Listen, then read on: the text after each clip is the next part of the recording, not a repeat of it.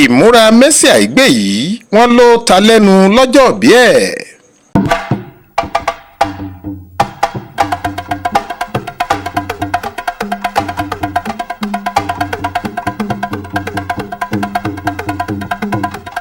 bí wọ́n bá pe Mercy Aigbe òṣèrébìnrin apọ́nbẹ́porẹ́ tó tún fẹ́ràn okòwò káràkátà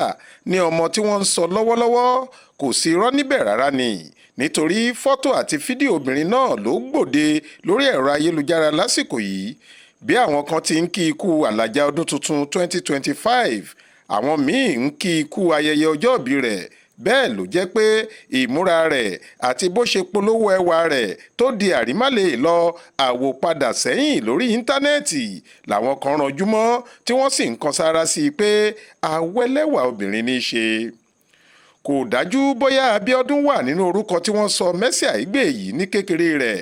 àmọ́ ọjọ́ ọdún tuntun ọjọ́ kìíní oṣù kìíní ní ọjọ́ ìbí rẹ̀ bí gbogbo ayé ṣe ń kí ara wọn kú ọdún tuntun tí wọ́n ń ṣe happy new year bẹ́ẹ̀ làwọn olólùfẹ́ Mercy ń kí i pé happy birthday ní àjọ̀dún bá di méjì lọ́ọ̀dẹ̀ rẹ̀. ọjọ́ ìbí ti ọdún 2025 yìí ló sọ òṣèrébìnrin tí fíìmù rẹ̀ tuntun ń tà wàràwàrà lọ́wọ́ lásìkò yìí di ẹni ọdún mẹ́tàdínláàádọ́ta 47 years lókè èèpẹ̀ èyí ló sì mú kí obìnrin náà di yèyé oge lórí ẹ̀rọ ayélujára láti fi ìdùnnú àti ọpẹ́ rẹ̀ hàn. àwọn fọ́tò aláràǹbarà tó jojú ní gbèsè kan báyìí ni Mercy yà lóríṣiríṣi pẹ̀lú ẹ̀rín ẹ̀yẹ àti ìdúró akọ rẹ̀.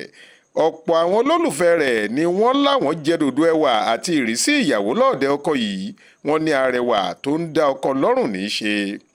lábẹ́ àwọn fọ́tò ọ̀hún Mercy Aigbe kọ ọ̀rọ̀ síbẹ̀ ó ní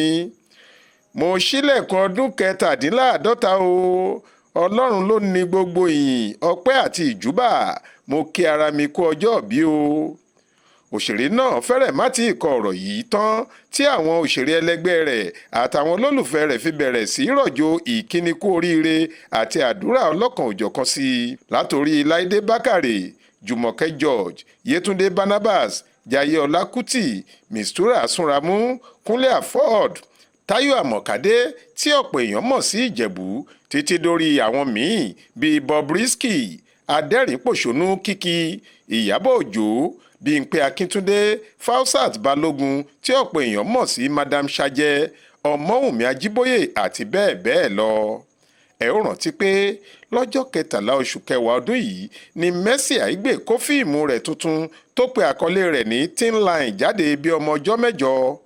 ọ̀sẹ̀ kan ṣáájú àsìkò yìí ni ilé gbajúmọ̀ òṣèré yìí ṣàdédé gbiná lágbègbè Màgódò nípìnlẹ̀ Èkó tí iná náà sì ṣọṣẹ́ gidigidi ọ̀pọ̀lọpọ̀ dúkìá olówó iyebíye ló bá ìṣẹ̀lẹ̀ aburú ọ̀hún rìn. bákan náà ni Mercy Aigbe tún ṣàròyé láìpẹ́ yìí pé àwọn èèyàn kan dẹ́yẹ sí fíìmù òun nílé sinimá ó ní wọn kò jẹ́ káwọn olólùfẹ́ òun rí fíìmù náà wò níṣe ni wọ́n ń sọ fáwọn tó fẹ́ ra tíkẹ́ẹ̀tì pé kò sí ẹ̀rọ amúlétutù air condition láwọn yàrá ìwòran tí wọ́n ti ń ṣàfihàn fíìmù ọ̀hún tàbí kí wọ́n máa ṣe ìpolówó fíìmù míì fún wọn. ṣá Mercy sọ nísàlẹ̀ ọ̀rọ̀ rẹ̀ pé